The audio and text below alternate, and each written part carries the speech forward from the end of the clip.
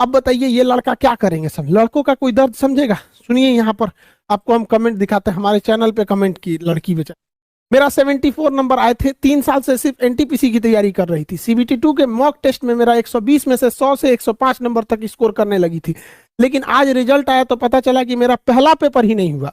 ये नौकरी नहीं मांग रही है, ये लड़की 73 नंबर लाई है और इसको केवल इसलिए फेल किया गया है, फेल इसलिए किया गया है क्योंकि इसके साथ बैठाया गया था ग्रेजुएशन वाले लड़कों को। तो ग्रेजुएशन वाले कैसे नहीं निकल जाएंगे आगे?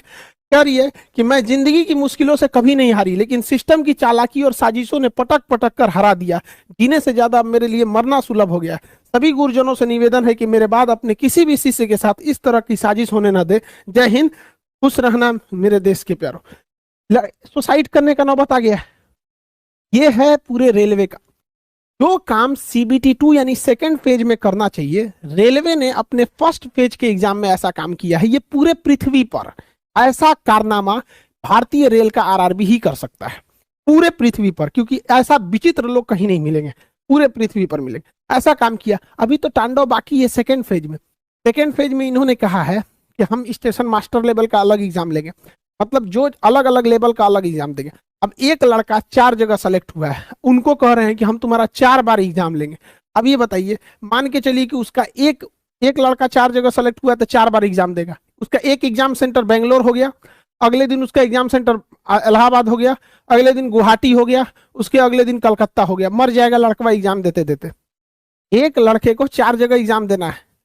आधा ट्रेन नहीं चल रही है कोरोना के लिए, कहाँ से एग्जाम दिला देंगे ये लोग। यहाँ पे लड़का सुसाइड कर रहा है। हमारे मोदी जी 30 मिनट तक फंस गए थे हाईवे पे, यहाँ पे 30 मिनट तक हम उनके लिए भी बनाए थे, वीडियो बनाए थे, उनके भी बात में बताए थे।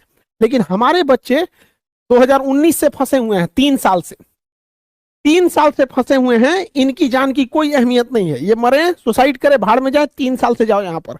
ये हो गया हमारे यहाँ का सिस्टम। यहाँ पर इनका रेलवे का कहना है कि जो लड़का ग्रेजुएशन किया है हम उसको ज्यादा वैल्यू देंगे, जो ग्रेजुएशन किया है उनको ज्यादा वैल्यू देंगे। अरे यार आरआरबी वाले किस दुनिया में हो तुम? 2019 की वैकेंसी निकाले हो, जो लड़का 19 में 12th में होगा वो 22 में आ गया है ग्रेजुएशन में, और जब तक तुम फाइनल रिजल्ट दोगे ना वो पीजी करके 2 बच्चों का बाप बन जाएगा वहां पर।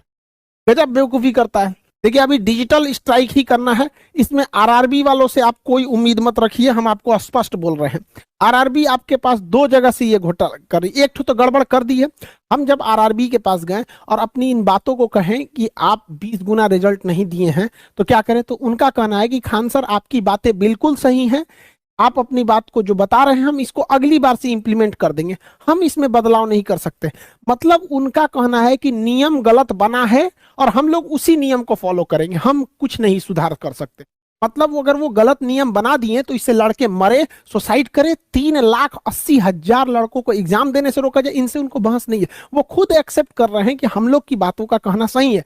और इन लोग के अंदर आरआरबी वाले खुद सोचो यार कितने हम तो दोनों आरआरबी बिहार में जो 2 आरआरबी हम दोनों के चीफ से हम मिलके आ गए, ठीक है, आरआरबी को समझाएं तो 71 पन्ना का ये नोटिफिकेशन थमा दिया और कहा देखिए हम आपको दिखा देते हैं हमको क्या दिया गया। यहाँ पर 71 पन्ने के इस नोटिफिकेशन में हमको एक सिंपल सा कह दिया गया कि खान साहब हम लोग की कोई गलती नहीं, स्पष्ट यहाँ कह दिया गया कि हम पहले ही बोल दिए थे।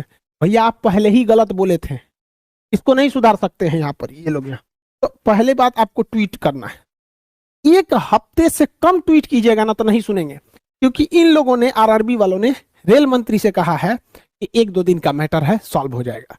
उन्होंने छोड़ दिया, अच्छा चलो तुम लोग संभाल लेना, 1-2 दिन का मैटर होगा तो आप लोग समझ जाएंगे।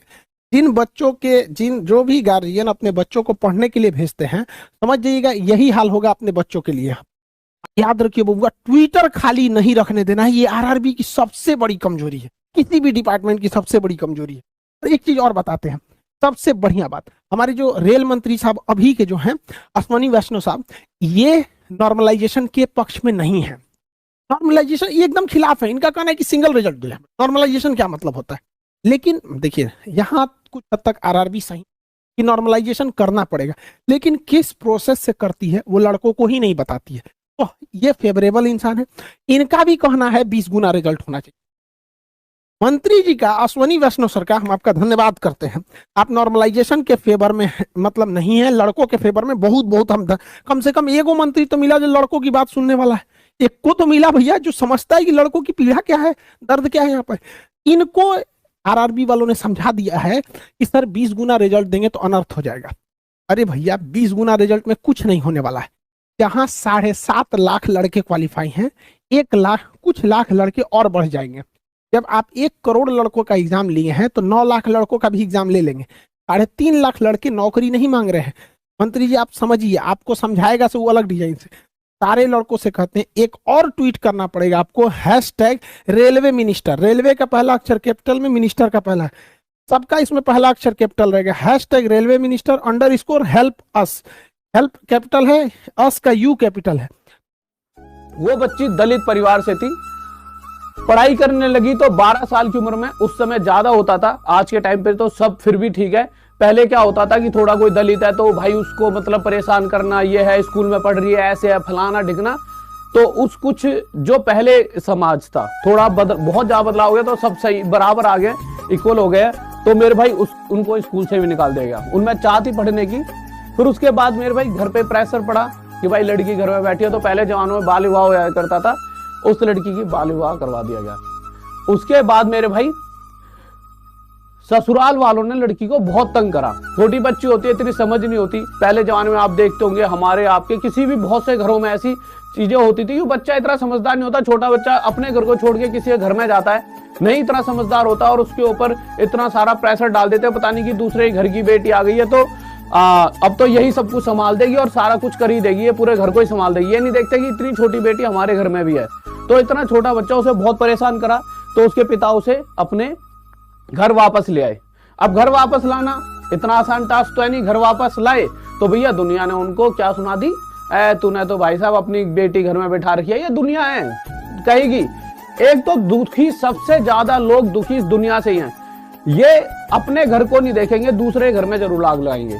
सबसे पहले हम सब लोगों को सुधरना होगा। और जो आप बच्चे आगे जाके जो आप बनोगे, आपको सबसे अलग बनना है। अगर किसी के घर में कोई परेशान है, अगर आप उसकी परेशानी दूर नहीं कर सकते तो उसके घर पर जाके ये भी नहीं कहोगे कि जी आपके लौंडे ने कुछ नहीं करा या नहीं कुछ कर सकता। वो कल कुछ करे या ना करे, उसको मेरे भाई या तो आप पॉजिटिविटी दो कि भैया कुछ भी कर लेगा, परेशान मत करो बच्चे को, पर जाके उसको भड़काओ मत। आप सभी पेरेंट्स से कह रहा हूं ये बात मैं कि भाई आपका लौंडा कुछ नहीं कर सकता, क्योंकि लड़का तो आपका भी होगा। हम किसी और की उंगली कर रहे हैं, वो आपकी उंगली कर रहे हैं, और इस चक्कर में परेशान सिर्फ आपका बच्चा हो रहा है। आप तो उंगली कर दोगे कि भाई फलाने का तुम्हारा तो कुछ नहीं कर रहा, वो आके तुम्हारे उंगली कर जाएगा, पर परेशान कौन है? बच्चा। आज के टाइम पे बहुत प्रेशर है बच्चे पर। आपको लगता होगा पहले जमाने में बहुत मेहनत होती थी, पहले जमाने पे इतना कंपटीशन ही नहीं था। कंपटीशन तो बच्चे के लिए अब है, आप उस चीज को फील ही नहीं कर पाओगे। तो ठीक है मेरे भाई, तो इस बच्ची को मेरे भाई सबने परेशान करा कि भाई आया लड़की बिठा रखी है घर में। तो उसके बाद इस लड़की ने सुसाइड करने की कोशिश करी, परंतु उससे ये बच गई। अब एक बात देखिए, अगर उस समय इसने अपने आप को खत्म कर लिया होता, बट ये बची, और फिर देखिए चीजें और इतिहास बदला। इसके अंदर एक होप आई कि अगर एक और मौका मिला है तो कुछ ना कुछ किया जाए। इसने एक कंपनी में काम करा, सिलाई और फर्नीचर का मेरे भाई काम करा इस बच्ची ने, और मन लगा के काम करा और अच्छे लेवल पर काम करा। उसके बाद मेरे भाई 2000 में